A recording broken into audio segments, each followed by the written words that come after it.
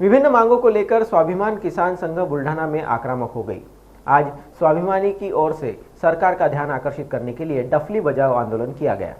पिछले एक माह से ही हो रही भारी बारिश के दौरान सोयाबीन, मूंग, उड़ीद, तिल की फसलों को बड़े पैमाने पर नुकसान हुआ है। इससे किसान संकट में है। आज स्वाभिमानी किसान संघ की ओर से क्षतिग्रस्त फसलों का पंचनामा कर किसानों को पर्याप्त सहायता राशि जमा करने और खामगांव तालुका गीला सूखा घोषित करने के लिए खामगांव उप विभागीय कार्यालय के सामने विरोध प्रदर्शन किया गया। इस मौके पर सरकार का ध्यान आकर्षित करने के लिए डफली भी बजाई गई।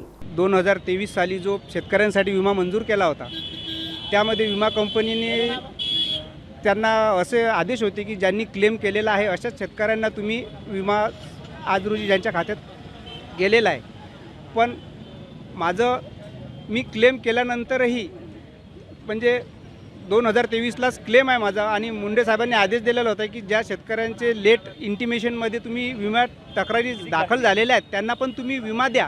तर ॲक्च्युली हे घोषणा फक्त कागदपत्री आणि हेच राहिलेली आहे, कारण की प्रत्यक्षात मी लेट इंटिमेशनमध्ये माझं नाव आहे, पण आज रोजी एक महिना होऊन सुद्धा माझ्या खात्याला विम्याची रक्कम जमा झालेली नाही आहे। तर मला एवढंच सांगायचं आहे की धनंजयजी मुंडे साहेब, माननीय मुख्यमंत्री किंवा बुलढाणा जिल्ह्यातले जेवढे काही आमदार आणि खासदार यांनी एक मीटिंग घेऊन की माझ्यासारखे असंख्य शेतकरी यांना डावलण्यात येत आहे।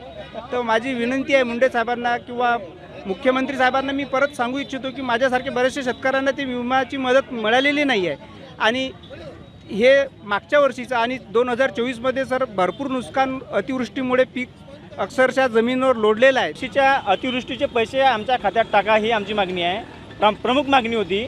तर आम्ही दिनांक 17 तारखेला 17/9/2024 रोजी मी व माझे सहकारी उपोषणाला बसलो होतो। त्याच्या अनुषंगाने शासनाने त्याची दखल घेऊन गेल्या वर्षीच्या अतिवृष्टीचे आणि गारपिटीचे पैसे टाकण्यास सुरू, परंतु झालं असं की ज्या शेतकरी बांधवांचं नुकसान नाही त्यांना पैसे मिळाले। त्याचं ते झालं असं की ते गाव पुढारी आणि कर्मचारी यांनी संगनमत करून ते पैसे त्यांच्या खात्यात टाकले। खऱ्या अर्थानं ज्या शेतकरी बांधवाचं नुकसान आहे त्यांना नाही दिले।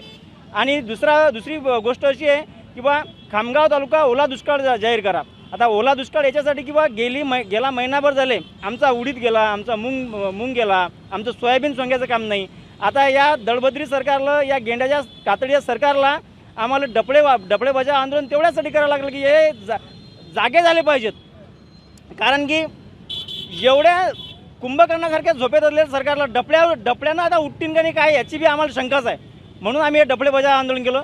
आणि चटणी भाकर आंदोलनाचा असा एक विषय आहे की 1 महिन्याच्या अंतरावर आपले मोठे सण आले, जसे की दसरा असेल, दिवाळी असेल, आमचं सोयाबीन आता सोयाबीन आमचं गेलं, यानं पाण्यात गेलं, उडीद गेला, मूंग गेला।